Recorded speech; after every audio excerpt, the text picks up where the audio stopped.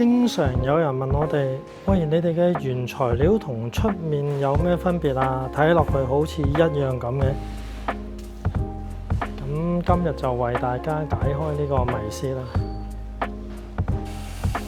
其實一般嘅地氈花紋都係大同小異啦。咁我哋嘅原材料啦，棉啊、被啊，全部都係獨家定製嘅。咁你又會話，喂，間間都話獨家定製，都話最靚嘅料啦。咁我而家同大家講下點為之靚料啦。首先地氈做出嚟一定要有返一定嘅質感厚度啦。如果唔係紙咁薄咁，不如淘寶。用棉方面，你見我哋呢啲棉全部都係獨立定製嘅。咁點為之靚嘅棉呢？密度要夠高啦，回彈力要夠強啦。其實一屈你就知㗎啦，喺坊間咧，譬如你咁樣屈咧，咁呢啲位咧，普通料咧已經就起㗎啦。咁我哋料嘅抗壓能力咧，你睇下，我哋屈嘅時候，佢將會啲力射晒去呢啲線痕嗰度，咁就確保你個地氈睇落去比較完整咯，圖案，咁就美觀好多。我諗全中國都冇人用㗎啦，我哋嘅棉嘅密度同厚度。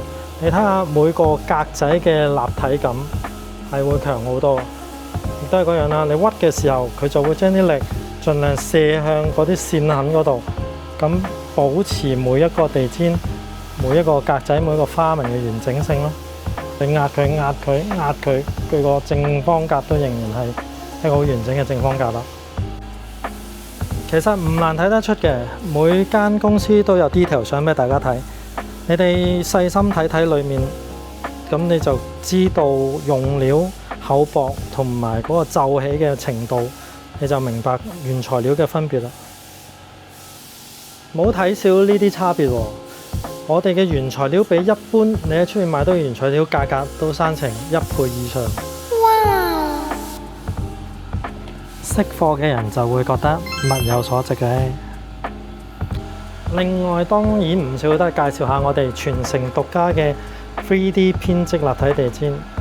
咁佢面層係一浸 PVC， 用編織嘅方法編出嚟嘅。呢款嘅地氈係完全防水。而我哋嘅 3D 編織地氈咧就有兩款嘅，一款就係呢款黑圖騰啦。咁佢有一個不規則嘅圖案，喺沉實得嚟又帶一點型格咁樣咯。